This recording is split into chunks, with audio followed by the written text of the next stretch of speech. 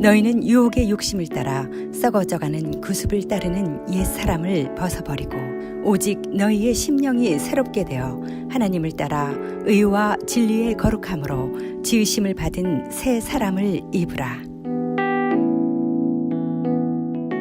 우리 성가대에서 아름다운 은혜로운 찬양을 해주셔서 감사합니다. 우리 성가대원들이 지금 가운을 이렇게 입으셨는데, 그 옷이라고 하는 것은 어떤 통일성을 가지게 되는 것 같아요. 모두가 한 옷을 입었다, 한 가지 목적을 가지고 있다. 옷은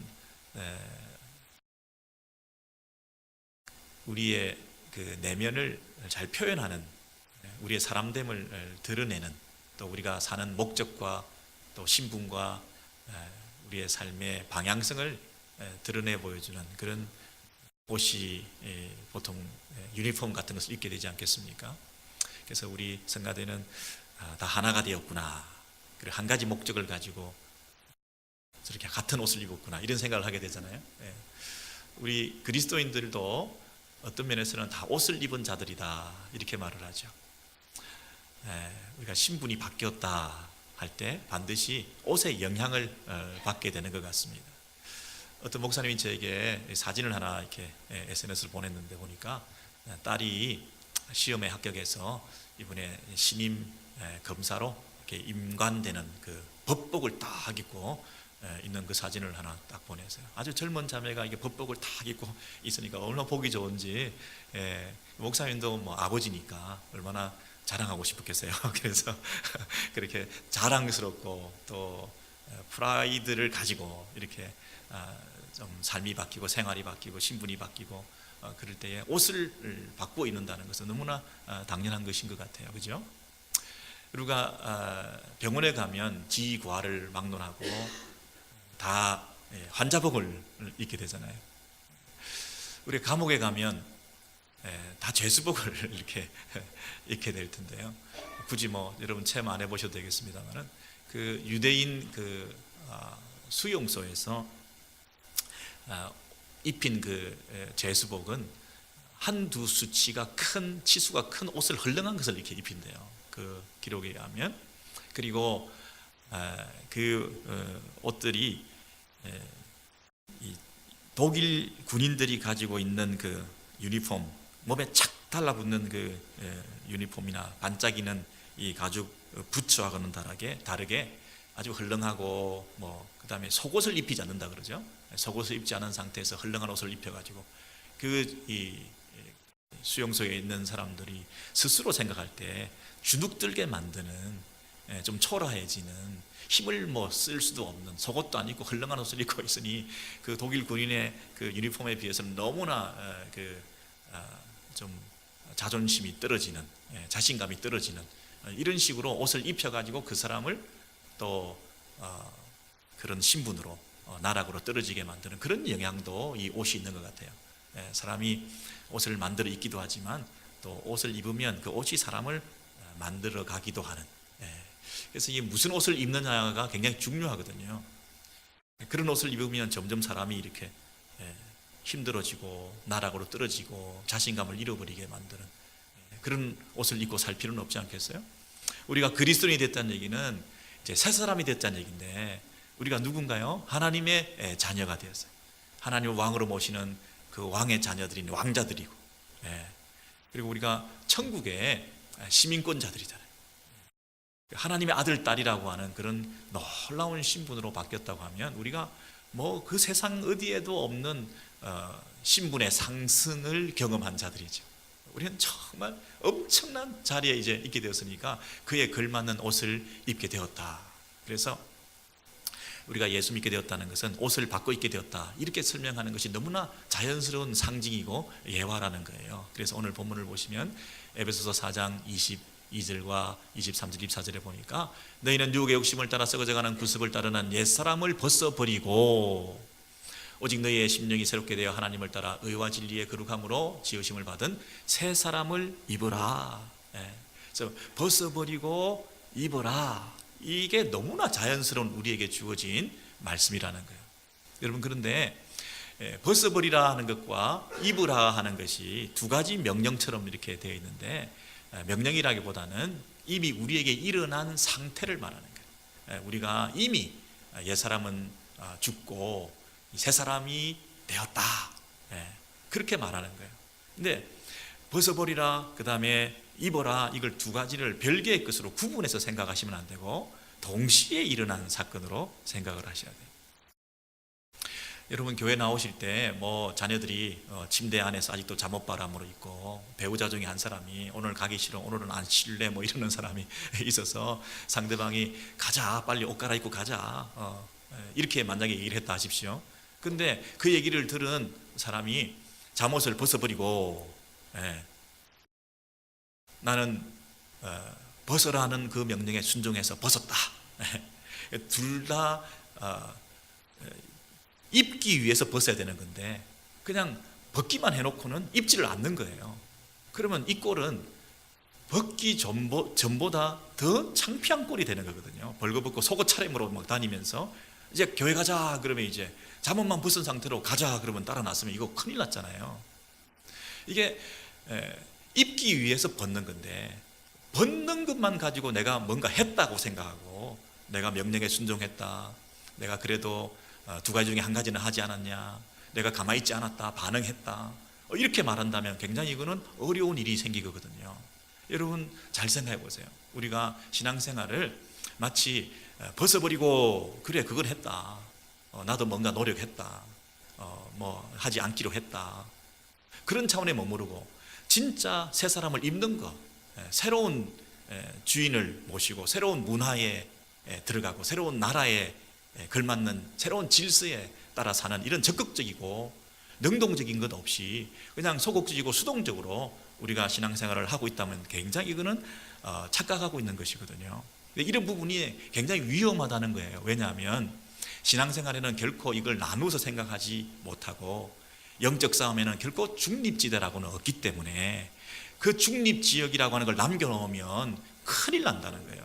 그 회색지대가 있으면 이것도 아니고 저것도 아닌 그 관계 속에서 오히려 다시 저쪽으로 끌려가게 된다는 것이기 때문에 이걸 굉장히 클리어할 필요가 있다. 분명히 할 필요가 있다. 벗었으면 입어야 한다.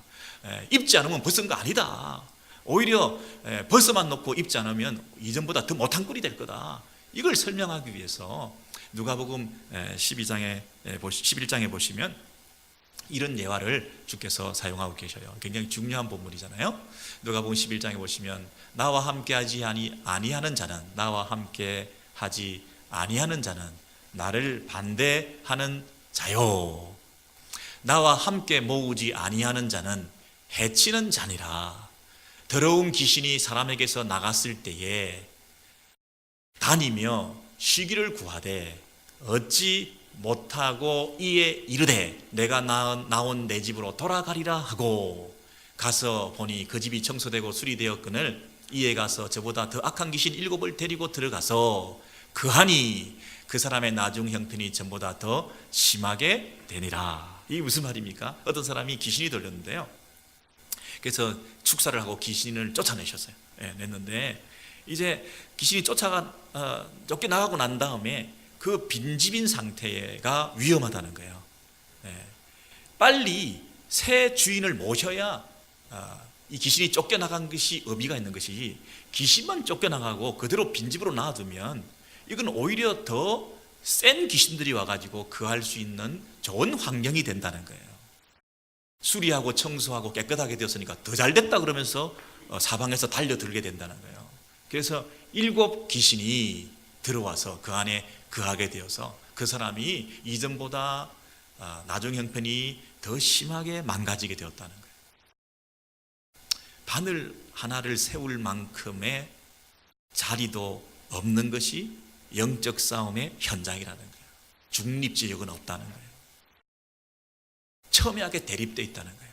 그걸 뭐라고 얘기하셨냐면 나와 함께하지 아니하는 자는 나를 반대하는 자다, 이렇게 말씀하셨어요.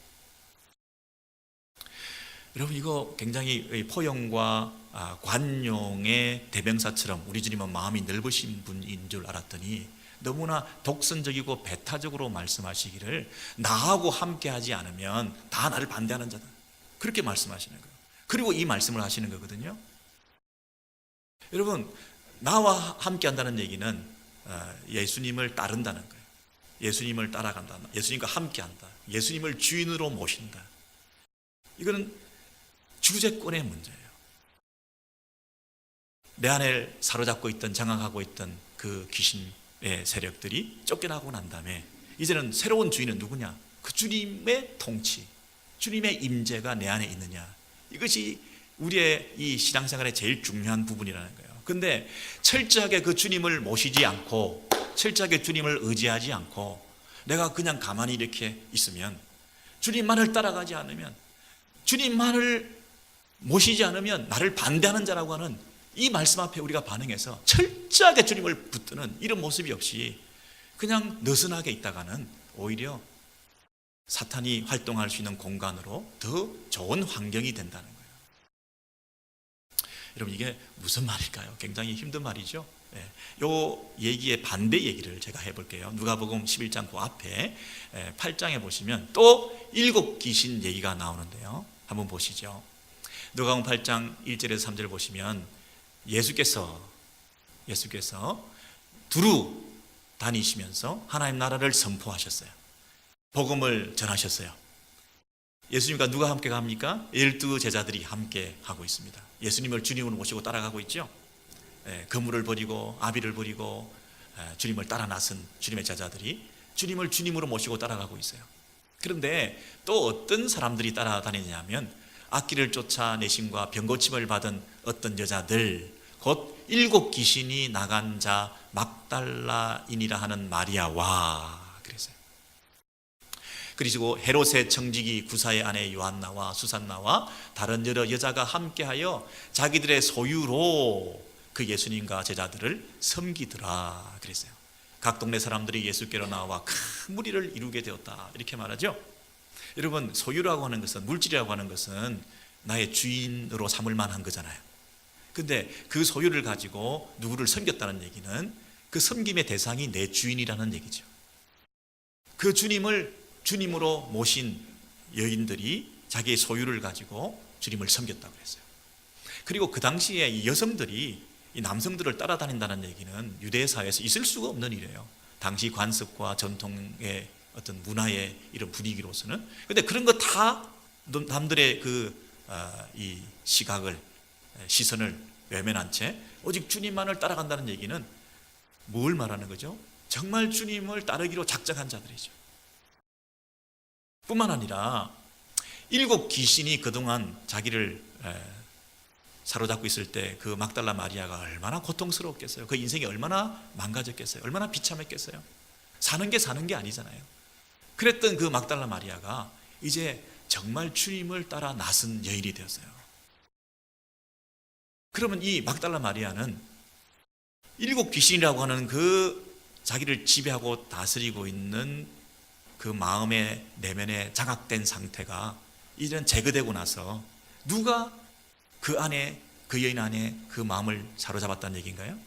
주님만이 내 인생의 주인이 되었다는 얘기죠. 가장 강력한 7 귀신이 들어와 있던 그가 쫓겨나서 그 처참했던 그 인생의 과거를 졸업하고 이제 새로운 인생의 주인으로 예수 그리스도를 모시고 그분만을 모든 전통과 사람들의 시선을 그리고 물질을 다 들여서라도 그분만을 따라가는 새로운 주인으로 모신 자들이 이곳에 있는 거죠. 헤롯의 청지기였던, 여러분, 권력가의 관직에 있던 사람의 아내도, 여러분, 힘이 누가 힘이라고요? 당시 권력가가 힘이고 돈이, 물질이 힘이고 사람들의 어떤 시선이 우리가 함부로 할 수 없는 그런 상황 속에서도 뭐가 힘이라고요? 우리 주님만 힘이라고. 권력도 버리고 그리고 물질도 드리면서 주님 앞에 따라 나선 이 여인들이 있었다는 게 얼마나 놀라운 오늘 본문인지 모르겠어요. 여러분 오늘 본문에 나와 있는 이 내용이 주인이 바뀐 사람들의 이야기잖아요. 예수를 주인으로 모신 자들의 변화된 모습이 지금 나와 있잖아요. 있을 수 없는 일이죠. 당시 여인들이 12제자와 함께 예수님을 따라 나서서 모든 걸 내려놓고 물질을 들여 그 인생을 바치면서 헌신하고 있다는 게 이게 있을 수가 없는 일이에요. 근데 이 본문에서 말하고자 하는 것은 주인이 바뀌었을 때에 그 인생이 어떻게 더 아름다운 인생으로 살아갈 수 있는가. 저와 여러분이요, 예수를 믿고 난 다음에 이전보다 이후가 더 복된 인생을 살기를 원하지 않습니까? 우리가 예수를 믿지 않다가 예수를 믿게 된 것은 이제 예수 믿어서 더 풍성한 삶을 살기를 원함 아니겠어요? 귀신 들려있던, 사탄에 사로잡혀 있던, 세상의 유혹에 빠져있던 우리가 그걸 벗어 던지고 이제 더 예수 믿게 되었다는 얘기는 참 자유와 기쁨을 누리는 그런 신앙인으로 우리가 살겠다는 거 아니겠어요? 이전보다 이후가 더 아름답고 복된 삶을 살기를 원하는 거 아니겠어요? 그런데 이 여인은 이전보다 굉장히 처참했던, 비참했던 그 인생을 살았던 사람들이었는데 그 사람들이 주인이 바뀌어서 주인을 따라 헌신하는 삶을 통해서 그 이후의 삶이 참으로 아름다운 삶이었다고 하는 얘기를 하는 거잖아요. 그럼 저와 여러분은 이전보다 지금 이후가 복된 삶을 살고 계십니까? 한번 자문해 보시죠.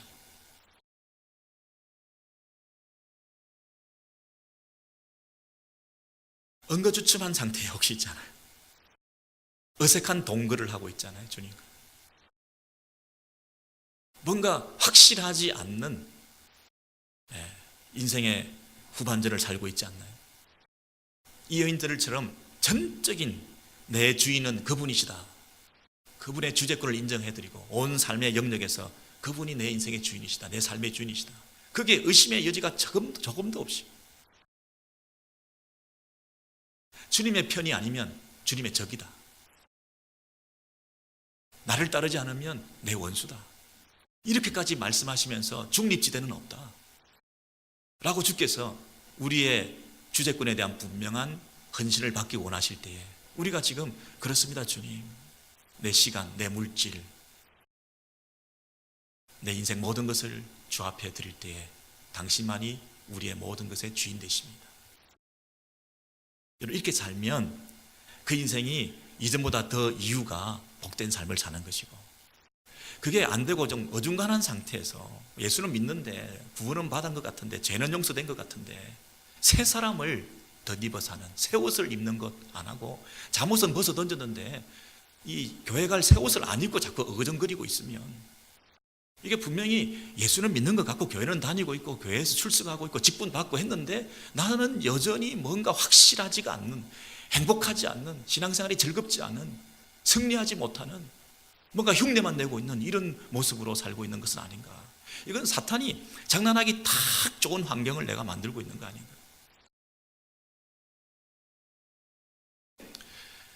여러분, 우리가 자칫 잘못하면요,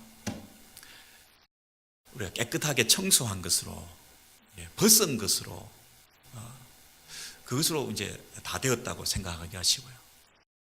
그게 뭐냐면 윤리적인 신앙생활이에요. 도덕적인 신앙생활, 그러니까 종교 생활처럼 우리 신앙생활 하는 거예요. 이게 굉장히 위험한 노릇이에요. 그래서 이제는 내가 이걸 해야 되겠다, 이걸 하지 말아야 되겠다, 청소해서 깨끗해서 나를 개선하고 수리하고 정비하고 고쳐가지고 내가 살면 되겠다. 여러분, 옛사람은 죽었기 때문에 이건 벗어 던져야 되는 건데도 계속해서 이 옛사람을 집착하고 붙들면서 이것을 수리해서 어떻게 깨끗하게 만들어가지고 하겠다라고 할 때에 이것이 가지고 있는 위험성이 있는 거예요.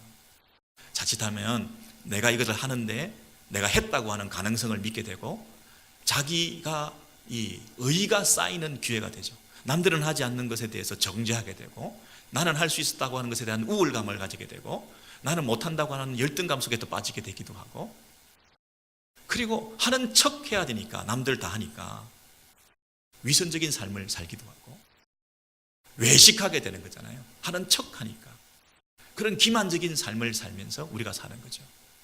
여러분, 바리새인들처럼 산다는 얘기가 바로 그런 얘기예요. 바리새인들처럼 산다는 얘기는 내가 하지 않는 것, 내가 하는 것 너무나 정확하게 그렇게 하고 살아가는 거예요. 그래서 내가 깨끗해질 수 있다, 내가 하나님의 자녀가 될 수가 있다 라고 생각하고 사는 것이죠. 만약에 예수 믿기 전에는 내가 연속극이나 보고 비디오나 보면서 그렇게 살았는데 예수 믿고 난 다음에는 내가 성경을 매일 보게 되었다.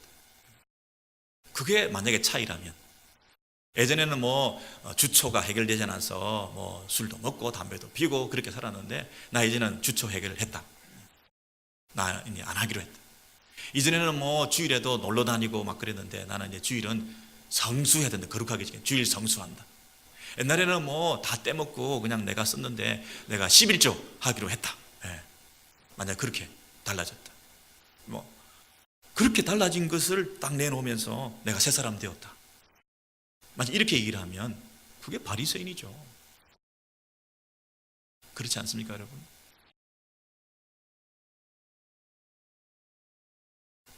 어떤 아이가 너무 울고 불고 병원에만 가면, 그래서 이제 주사 맞으면 막 울고 그랬어요. 근데 그 부모가 이제 세월이 지나서 그 아이가 이제 대학생이 돼가지고 많이 컸어요. 많이 컸으니까 병원에 데려가서 만약에 또 그런 아이가 막 대학생인데도 막 주사 맞는데 울고 불고 막 그런다면 이 부모가 뭐라고 얘기를 하겠어요? 야, 너 어른이 되었잖아. 너 어른이야. 어른답게 해. 사내답게 좀 해. 어른이 좀 되라. 사내가 되라. 남자잖아. 대장부 다 와야지. 이렇게 말을 할 거 아니겠어요? 그러면 그 아이가 어른이 되라, 이 얘기는 어린애인데 노력해서 어린애가 어른이 될 수 있다고 어른이 되라고 얘기하는 거예요. 이미 어른이 됐으니까 어른답게 좀 하라는 거예요. 만약에 남자아이가 계속 여자애들처럼 이렇게 조금 남자 여자를 차별하는 게 아니라 남자는 남자답게, 여자는 여자답게 그래야 되는데 이 남자애가 계속 여자애들처럼 이렇게 지내면 남자가 되라, 대장부가 되라, 그렇게 얘기하는 거잖아요. 근데 그게 여자인데 여자가 계속 노력해서 남자가 되라, 이렇게 받아들이면 안 되잖아요. 이미 남자가 되었잖아요. 우리가 새 사람이 되라, 새 사람의 옷을 입어라, 이 얘기는 옛 사람을 고쳐가지고 새 사람처럼 되라는 게 아니잖아요. 이미 우리가 새 사람이 된 거잖아요. 옛 사람은 죽고 새 사람이 되었어요. 새 사람이 되었기 때문에 이것은 창조예요. 창조, 재창조가 일어난 거죠. 우리가 할 수 있는 노력으로 되는 게 아닌 거예요. 이건 은혜로 주어진 거예요. 이것을 여러분 생각하셔야 돼요. 새 사람이 되어라, 새 사람답게 새 옷을 입으라는 얘기는 이게 은혜로 되었다는 것을 한시도 잊지 말라는 거예요. 그리고 출발이 우리의 가능성으로 새 사람이 될 수 없다는 것으로 인하여 벌써 인식을 해라는 거예요. 이걸 할 수 있다고 자꾸 착각하지 말라는 거예요. 이게 옛사람을 벗어서 옛사람을 깨끗하게 해서 옛사람을 개조해서 새 사람이 될 수 있는 것처럼 이렇게 교회 안에서도 계속 노력을 하는 사람들이 있다는 거예요. 이게 안 된다는 거예요. 여러분, 예수 믿고 난 다음에 간증을 할 수 있다고 생각을 해요. 세례를 받을 때, 자, 예수를 믿었으니까 나의 구주가 누구이신지, 내 주인이 누구신지, 이걸 분명히 공개적으로 퍼블릭 앞에서 입으로 시인해야 되죠. 마음으로 믿는 것을 입으로 시인하는 것이 당연한 것이죠. 근데 나는 마음으로 믿는데 입으로 난 못하겠어, 나 간증 같은 거 안 해, 이러면 곤란하죠. 혼자서 비밀 세례를 줄 수가 없는 게, 공개적으로 세례를 준다는 얘기는 그게 부끄러운 게 아니라는 거예요. 이 땅에서 예수를 부끄러워하면 마지막 날에 예수께서 너를 내가 부끄러워할 거다. 이 땅에서 예수를 시인하면 나도 그날에 너를 시인할 거다. 그랬으니까 우리가 예수 믿게 되었습니다, 내가 세례받게 되었습니다, 나는 죄인입니다, 물속에 들어갔다가 다시 올라오는 것처럼 물이 뿌려졌을 때의 상징으로 나는 죽었다가 다시 살아난 것입니다, 나는 죄인입니다, 이렇게 간증하는 건 너무나 당연한 거죠. 그게 잘못됐어요? 그 자체는 잘한 거죠. 근데 여러분, 이제 살다 보면 우리는 처음에 예수를 믿고 나면 이게 모든 것이 해결된 줄 알았어요. 나는 죄를 이긴 줄 알았어요. 죄 문제를 정리한 줄 알았다니까요. 아, 여기에 진리가 있구나. 여기에 생명이 있구나. 이제 예수를 믿고 새로운 삶을 내가 경험했구나. 모든 것이 다 좋아 보이고 모든 세상 만물을 바라볼 때 다 하나님의 아름다움과 그 뷰티 속에 있는 하나님의 솜씨를, 지혜를 보면서 하나님을 찬양하고, 세상이 완전히 달라 보이게 되고 다 천사 같고 교회 생활할 때. 예? 그래서 너무나 감사하고 너무나 기뻐가지고 그런 세월을 시작했지만, 그러나 계속 하다 보면 먼저 내 안에 있는 이 죄 문제도 꿈틀거리면서 해결이 안 되는 거예요. 작은 사소한 감정 하나도 내가 해결을 못하는 거예요. 절제를 못하는 거예요. 불쑥불쑥 튀어나오는 거예요. 여러분, 용수철을 막 눌러놨는데요, 눌러놓을수록 세져가지고 펑 튀기는 거예요. 나중에는 내 안에 있는 죄의 욕망들을, 처음에 교회 가니까 새벽 기도하라 그러고 성경 읽으라 그러고 순모임에 나가라 그러고 그러면서 철저하게 훈련을 받으면서 그렇게 해결돼서 눌러놨어요. 눌러놨다니까요. 해결된 줄 알았죠. 내가 죄를 이긴 줄 알았죠. 근데 어느 날 사소한 것 하나에 튕겨나가지고 막 폭발하는데요, 눌러놨던 것 이상으로 폭발해버리는 거예요. 이전보다 이유가 더 엉망이 돼버린 거예요. 그 파편이 튕겨가지고요, 내 주변에 있는 가족들까지 다 파편을 맞고 다 쓰러지는 거예요. 내가 속해 있는 공동체와 교회와 직장에서도 나 때문에 몸살을 하는 거예요. 아니, 저 사람이 안 그랬던 사람인데 왜 갑자기 이렇게 뒤집어졌냐. 저 사소한 것 하나를 핸들하지 못하는 사람인 줄 몰랐다. 세례받고 간증하고 은혜 받았다고 했던 사람인데 저렇게 팍 뒤집어진 게 어떻게 된 거냐?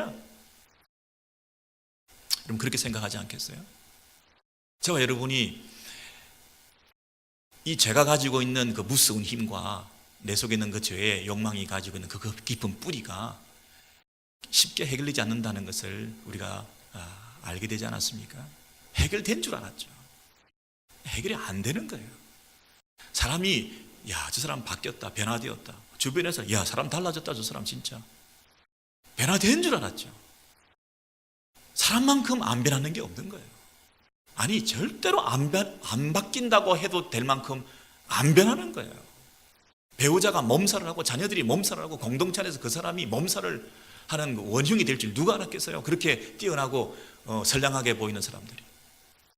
예수 믿고 착한 사람이 되자, 선하게 살자 잘했는데 어느 날 이게 튀어나와가지고 뒤집어지는데요, 온 공동체 안에 오히려 더 문제가 되는 거예요.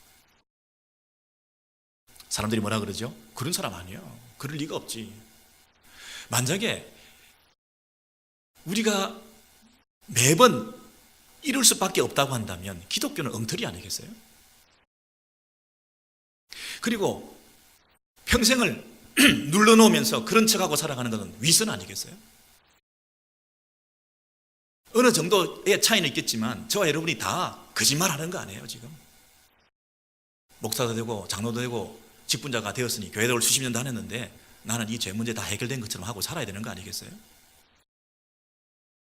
집에 있을 때와 교회 왔을 때가 다른 가면을 쓰고 우리가 살고 있지 않나요? 자녀들이 몸살을 하는 이유가 뭘까요? 가정에서 보는 그 아버지와 교회에서 보는 아버지가 다른 것이 어떻게 이럴 수가 있냐고 혀를 차면서 나는 그런 기독교라면, 그런 예수라면, 그런 이중적인 삶을 살아가는 그 신앙이라고 한다면 나는 신앙을 처음부터 안 가지겠다고 말하는 사람들이 생기지 않겠어요? 저럴 바에야, 저렇게 이중적으로 살 바에야 처음부터 안 하는 게 낫지. 우리가 가지고 있는 이 할 수 있다고 하는 가능성에 의지해서 착한 사람이 되려고 애를 쓰면서 그렇게 노력을 하는 이 수고가 여러분 어느 날 아무것도 소용이 없다고 하는 절망에 부닥치게 될 때 그때는 우리는 어떻게 하죠? 새 사람이 돼야 되는데 옛 사람을 자꾸 고쳐가지고 새 사람을 만들려고 그렇게 애를 썼는데 안 되는 거예요. 사람이 안 바뀌는 거예요. 내 속에 있는 그 작은 감정 하나도 절제할 수가 없고 작은 것 하나도 양보할 줄 모르고 결국 다 자기 중심이고 자기 영광을 추구하고 겸손하게 섬기는 척 하지만 겸손하다는 소리 들으려고 자기 영광 받으려고 교회에서 봉사하고 열심히 수고하지만 결국 인기 얻으려고 사람들한테 인정받으려고 내 봉사 헌신 그 동기가 처음부터 다 엉터리라는 거예요. 그게 목적이 달성 안 될 때 어느 날 터지는 거예요. 나한테 조금이라도 거슬리게 한 사람은 언젠가는 복수하는 거예요. 용서가 어디 있어요? 용서하는 척하는 거죠. 평생을 부부가 살면서 헤어질라는 말은 꿈꾸고 있어요. 언젠가는 복수를 해줄 거예요. 여러분, 우리가 바뀔 수도 없고 바뀌지도 않는 나를 인정하는 것에서부터 시작하셔야 돼요. 이게 할 수 있다라고 자꾸 생각을 하시니까 문제라는 거죠.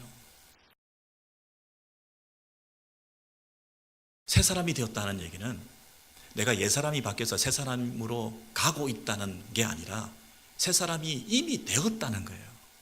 그럼 이게 은혜죠. 저와 여러분 같은 모순 덩어리 잿덩어리가 새 사람이 되었다는 것이 은혜라고 생각할 때 그 은혜가 가지고 있는 그 크기와 넓이를 생각하면서 그 은혜의 강에 잠겨서 우리가 다시 절망과 실패의 연속 가운데서도 그 은혜의 그 깊은 강에서 다시 한번 시작할 수 있는 그런 동기가, 근거가 마련되는 거지. 끝까지 속이면서 계속 할 수 있다고 또 일어나고 또 실패하고 또 반복하고 글을 계속하면서 아닌 척하고 아니면 아예 자포자기하고 체념하고 안 낸다고 얘기하고 사람 안 바뀐다 얘기하고 나도 안 바뀐다 그러고 그냥 너도 죄인이다 그러니까 막 살자 그러고 죄를 즐기기까지 하면서 그렇게 살 수는 없는 거 아니겠어요?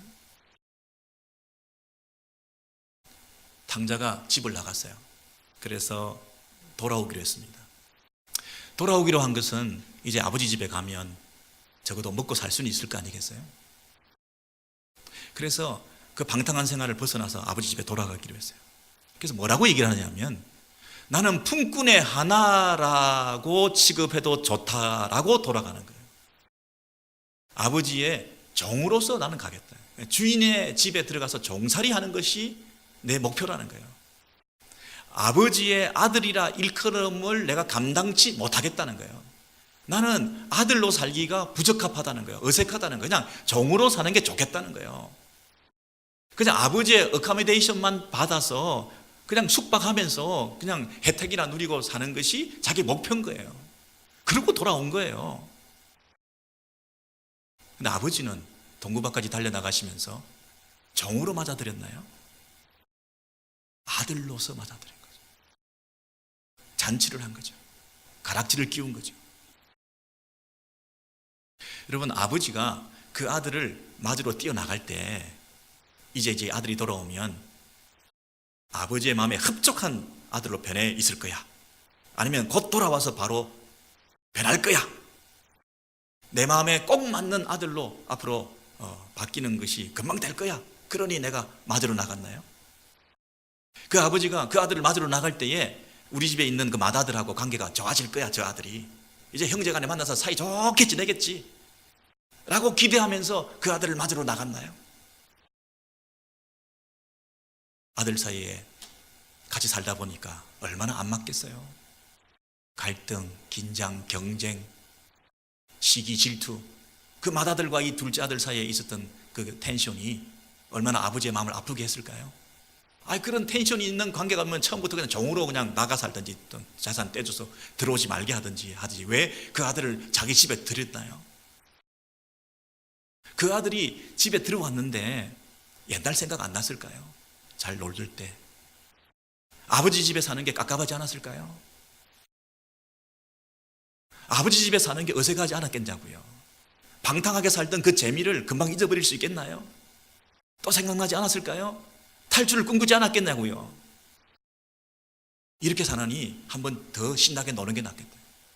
아니, 오히려 돈을 모아가지고 진짜 나가야지. 이번에는 진짜 탈출해야죠.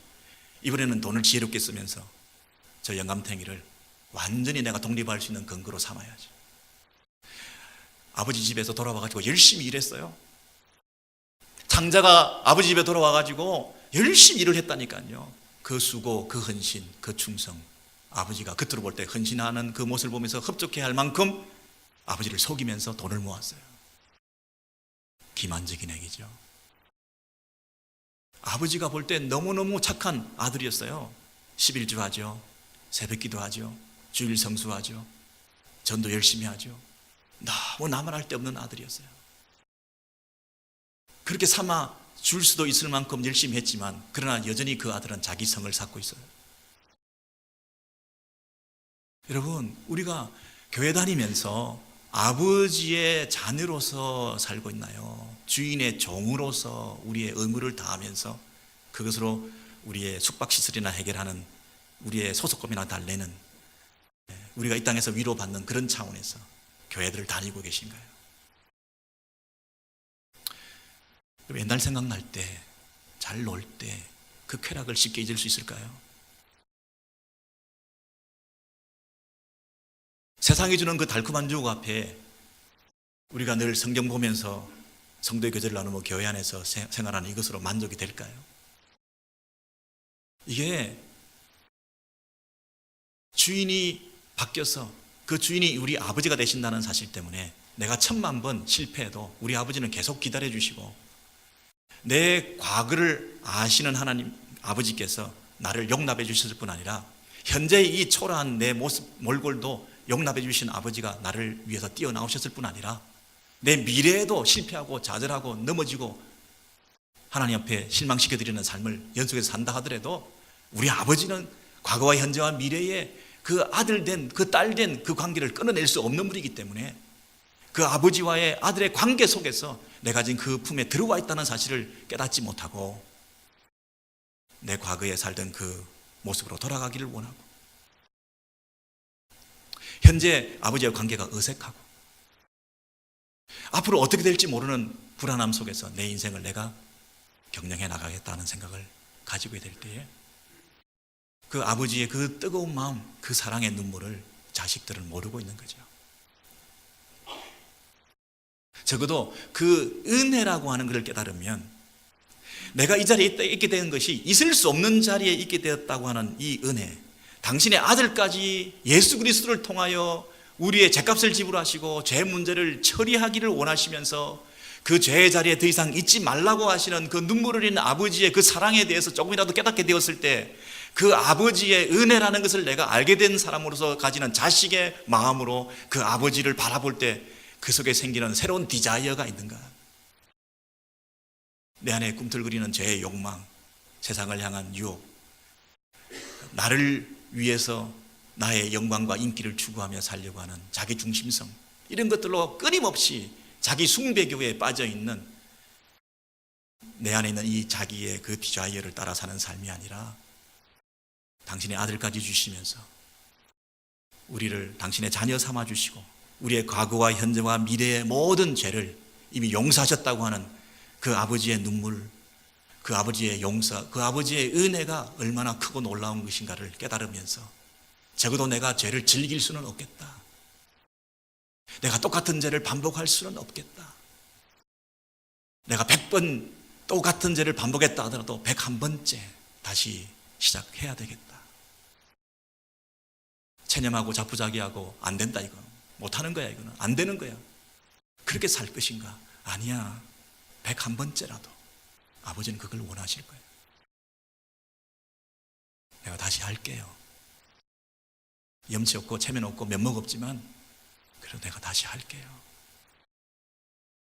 내가 할 수 있다고 하는 그 가능성에 내 의지에 근거해서 할 수 있겠다 하겠다는 게 아니라 내가 할 수 없다는 것을 철저히 깨닫고 절망하면서 그러나 나를 다시 이렇게 세우시는 그분의 은혜 때문에 내가 그분 앞에서 다시 해볼게요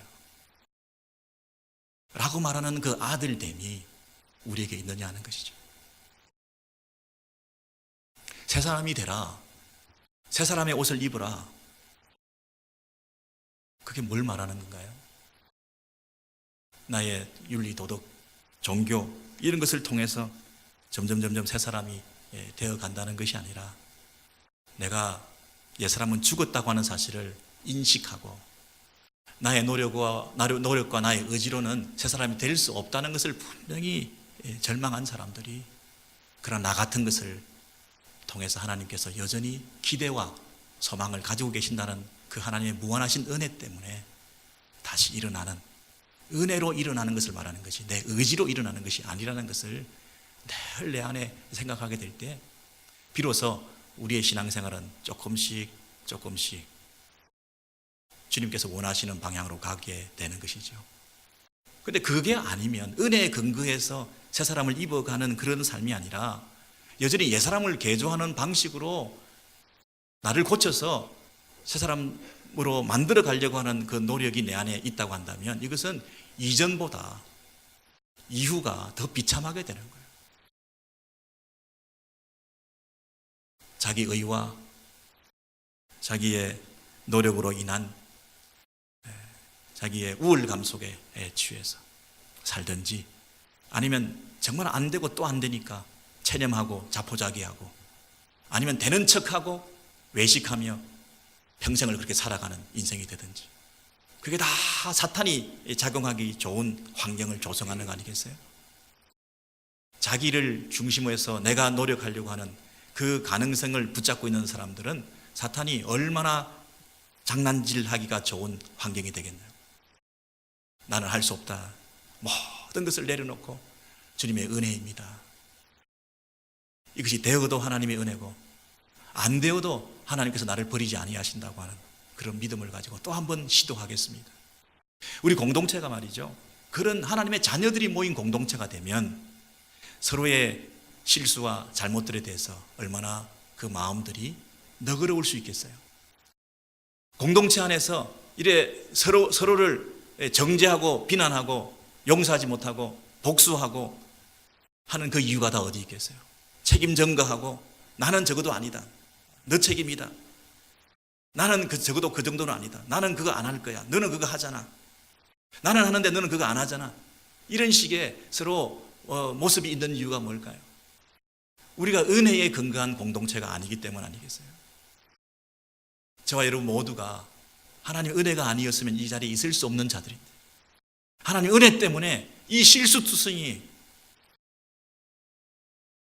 수백 번 수천 번 실수할 수밖에 없는, 작은 것 하나도 용서하지 못하고 작은 것 하나도 절제하지 못하는, 벌컥벌컥 화를 내고 벌컥벌컥 남들을 아프게 만드는, 용서를 눌러난 줄 알았는데 절제를 통해서 종교생활을 통해서 신앙의 이름으로 빌려져 있는 윤리와 도덕이라고 하는 차원에서 착한 사람 되려고 하는 그 노력을 통해서 눌러놨는데, 이게 어느 날 눌러난 만큼 더 튕겨나서 더 사람들을 아프게 하는 일이 있다고 하는 것을 우리가 경험하면서, 이것이 결국에는 우리를 더 비참하게 만드는 것이고요.